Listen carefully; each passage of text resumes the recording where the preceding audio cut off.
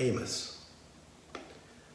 Alas, for you who desire the day of the Lord, why do you want the day of the Lord? It is darkness, not light, as if someone fled from a lion and was met by a bear, or went into the house and rested a hand against the wall and was bitten by a snake. Is not the day of the Lord darkness, not light, and gloom with no brightness in it? I despise your festivals, and I take no delight in your solemn assemblies. Even though you offer me your burnt offerings and grain offerings, I will not accept them. And the offerings of well-being of your fatted animals I will not look upon. Take away from me the noise of your songs. I will not listen to the melody of your harps. But let justice roll down like waters, and righteousness like an ever-flowing stream. And from Matthew, the words of Jesus. The kingdom of heaven will be like this. 10 bridesmaids took their lamps and went to meet the bridegroom. 5 of them were foolish and 5 of them were wise. When the foolish took their lamps, they took no oil with them, but the wise took flasks of oil with their lamps.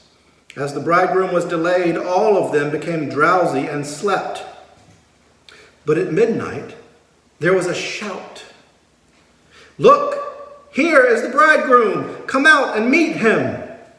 Then all those bridesmaids got up and trimmed their lamps. The foolish said to the wise, give us some of your oil, for our lamps are going out. But the wise replied, no, we won't have enough for you and for us.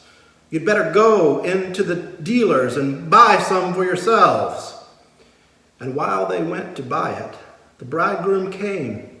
And those who were ready went with him into the wedding banquet, and the door was shut. Later, the other bridesmaids came also, saying, Lord, Lord, open to us. But he replied, truly I tell you, I do not know you. Keep awake, therefore, for you know neither the day nor the hour. It is always intriguing when the lectionary texts and the experiences of our lives converge in a particular week. There's no need to stretch in order to get there. It's just right there on the surface. In both the Hebrew Bible text from the book of Amos and the gospel text from the book of Matthew, the lectionary passages address the experience of waiting. And in a week like this one, there couldn't be a timelier message. We've waited and waited and waited, refreshing our internet browsers and changing the channel between various news programs for 5 days, waiting for the results of this monumental election to finally come in. But it's not an unusual human experience on the whole. Apparently, we spend a significant portion of our earthly lives waiting. We spend 27 days of our lives waiting for trains and buses. We spend 38 hours a year, or 60 if you live in a metropolitan area, waiting in traffic, including traffic and trains, and waiting on hold for customer service, and waiting for appointments, and waiting on loved ones to get ready to go out. We spend a total of about 6 months of our lives waiting for things. And we spend, apparently, 7 years of our lives lying awake at night trying to fall asleep. I'm not entirely sure if that statistic is correct, but it could be for some of us. Wouldn't it be nice if we could seriously develop a spirituality of waiting? I mean, we could really come to develop some ways of practicing the presence of God in the waiting moments of life, or appreciating the anticipatory absence of a presence yet to come, or just leaning in with curiosity to what we might learn from life's many seasons of waiting. In fact, the Christian tradition is full of these periods of waiting with a deeper spiritual purpose. The season of Advent, which we will enter together in just a few weeks, is, if nothing else, a season of holy waiting. For creatures that spend such a significant portion of our lives waiting, we might imagine that we would be better at it by now. But waiting is hard. Waiting for the results of a medical test to come back. Waiting to hear if a loved one who lives in the path of the hurricane has made it through. Accompanying someone to immigration court and waiting for the judge's ruling. Sitting in the waiting room while one's loved one is in surgery. Praying fervently and persistently for months, for years, and waiting. There must be a spiritual art to waiting that we need to learn and practice if waiting is going to mean anything more to us than staring at the clock or refreshing our web browsers or honking our horns or wringing our hands. Maybe it would be enough to say that patience is the spiritual virtue of waiting that we need to develop. Or trust in the process, or in God, or in the universe is the key to waiting with faithfulness. Or a watched pot never boils, or a watched election never ends. The colloquial wisdom that we need to embrace. If you think about it, there are a lot of messages we receive about the meaning of waiting that may or may not be so helpful to us. Simple, straightforward attempts to comfort those who are restless with the waiting. But here we have both the great prophet Amos and the words of Jesus in the Gospel of Matthew centering our attention this morning on the realities of waiting. And their messages are a bit more complex than all that wisdom we have received. I want to just tell you a little bit about what's going on in the background of these passages to see if we might be able to begin constructing together a spirituality of waiting from their words. Amos is probably the earliest prophetic book of the Hebrew Bible. He's speaking his words of prophetic warning into a kingdom that is enjoying a period of relative prosperity, that has succeeded in repelling its military threats. A people who take the religious rituals of their tradition and enact them fervently. But he's speaking to a people who have also become quite economically stratified. A people whose desires are leading them away from true worship. Not the temptation of idols, but the temptations of greed and the accumulation of wealth. Amos delivers a message to the people in no uncertain terms. If you read the book and in the whole, the end is coming and we will all be destroyed because of the injustices we have perpetuated. You who trample the head of the poor into the dust of the earth and push the afflicted out of the way. And Amos calls forth the justice of God to come forth like a flood, an uncontrollable rapid, a deluge. This, Amos says, is what the day of the Lord will be like. And you're not going to make it. Now in Matthew we have a parable, that uniquely familiar way that Jesus had of teaching the mysteries of the kingdom to those who would listen. And it starts out like so many of his parables. The kingdom of heaven will be like this. 10 friends going out to a wedding celebration only to find that they were met with a delayed groom. And at least as far as the parable says, no bride or other groom at all. They all fall asleep. And then the groom shows up in the middle of the night. Half of them are out of oil for their lamps and want to borrow a little from their friends. The friends in the wedding party, the friends they came with, but those friends refuse. Go to the store and buy some and hurry back, they say. But when they return, the party has started without them. And no matter how hard they knock and ask to be let in, no one recognizes them or remembers them. This, says Jesus, is what the kingdom will be like. You never know how long you'll have to wait. And while both of these passages are about something extraordinary coming that we can't see coming, the day of the Lord in Amos, the kingdom of God in Matthew, I wonder if we can let go of those extreme theological significant terms for a moment and see what these passages might teach us about a spirituality of waiting in any circumstance, from the mundane to the theologically grandiose. If so, there are a few things that we need to recognize that might surprise us if we cling too tightly to our received wisdom on waiting, patience and trust and watched pots and all that. For example, both of these passages are about expectations that were unmet at the end of their waiting. They were unmet not because what was hoped for didn't happen, but instead because what was hoped for did or would occur, but it wasn't at all what they expected it to be. Alas for you who desire the day of the Lord. Why do you want the day of the Lord? It is darkness, not light, gloom with no brightness in it, says Amos. Should the prospect of the day of the Lord coming ever be terrifying to us? It was presented as such to people who thought that the day of the Lord would be vindicating.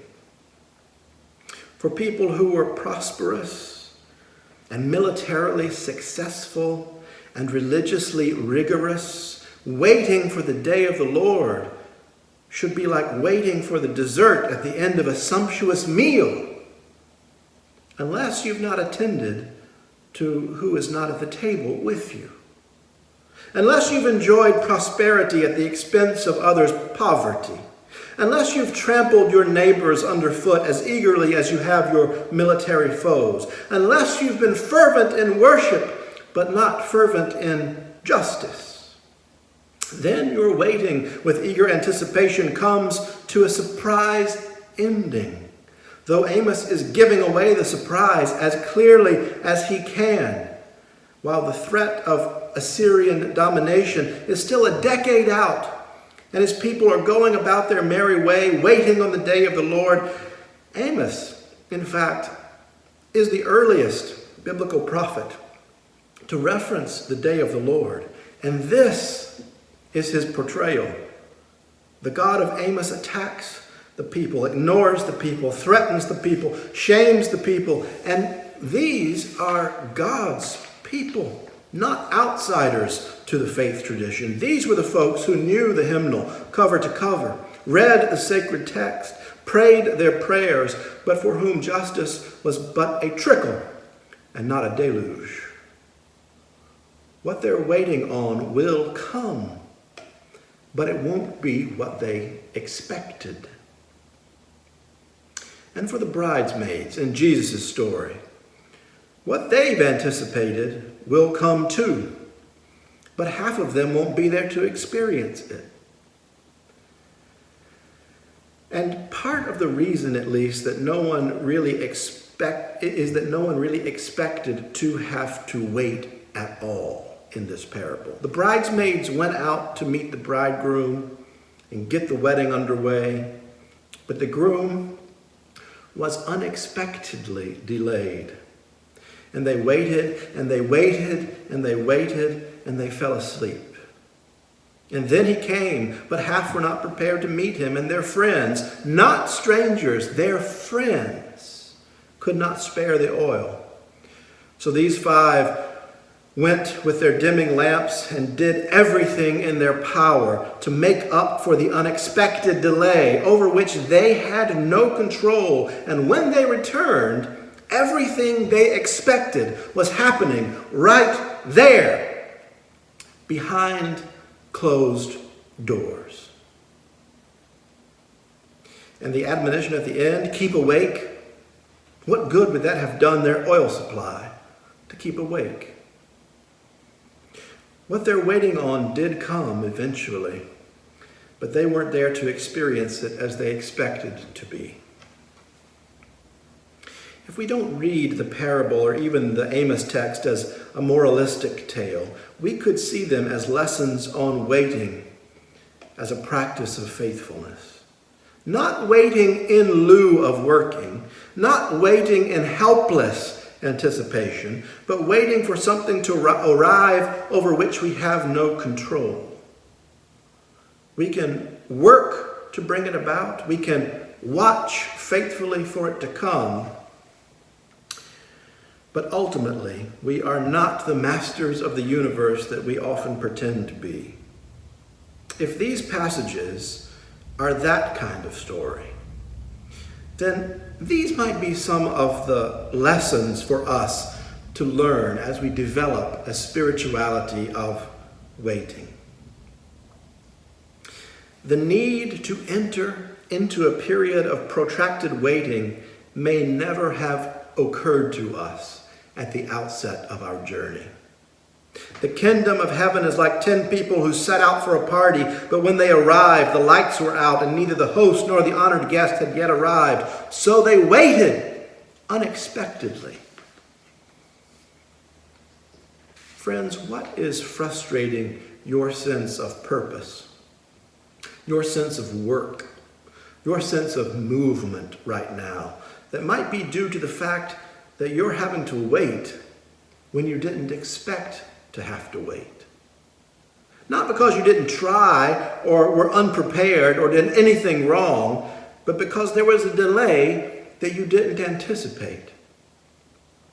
And recognizing the unanticipated period of waiting can itself be liberating of the shame or the disappointment or the frustration that you feel. The kingdom of heaven is like suddenly finding yourself waiting unexpectedly. And the experience of waiting on what you're expecting, desiring, anticipating can be exhausting. All of them became drowsy and slept.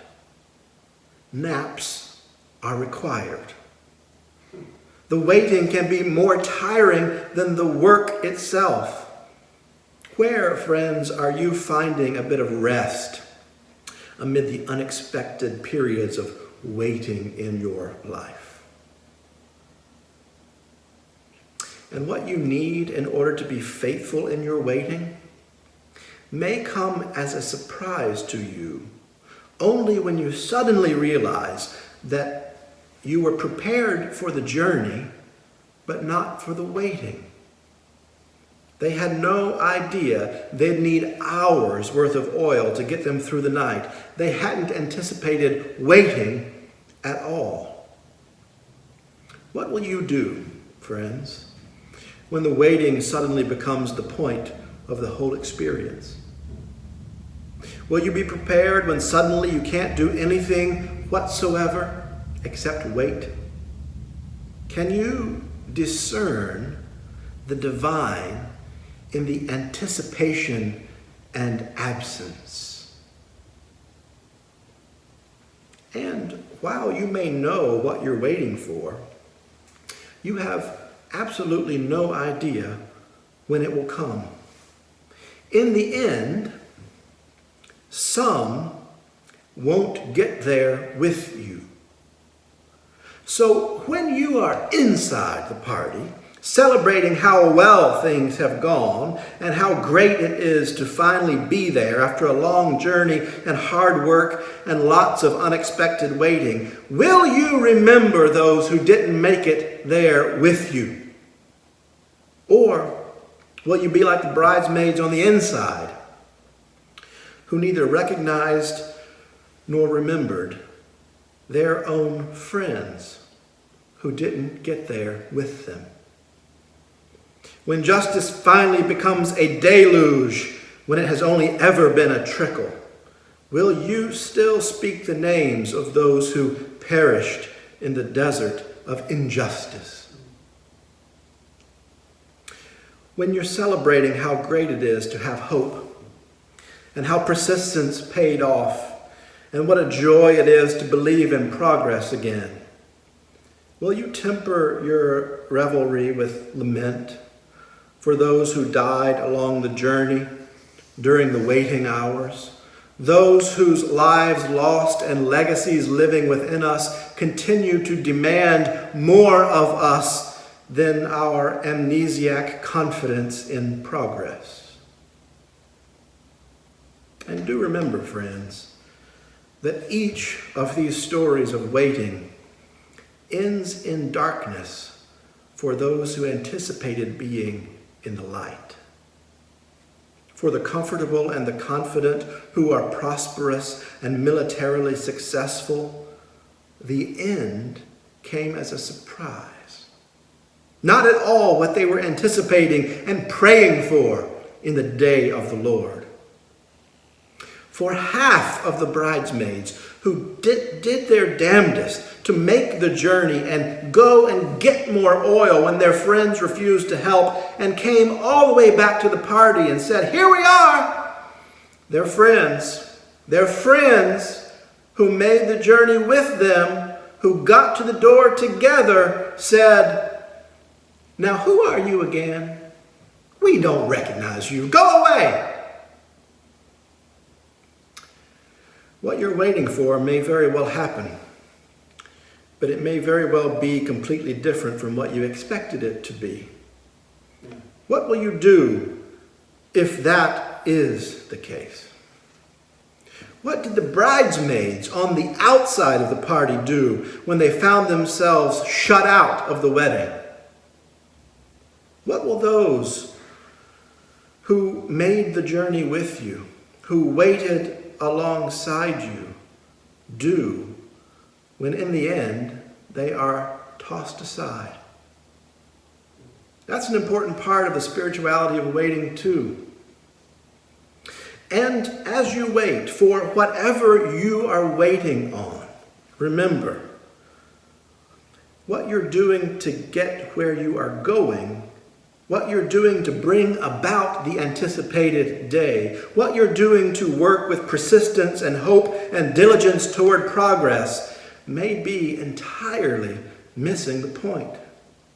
The kingdom of God might just be realized right there where you are in the waiting hours. And who could have expected that?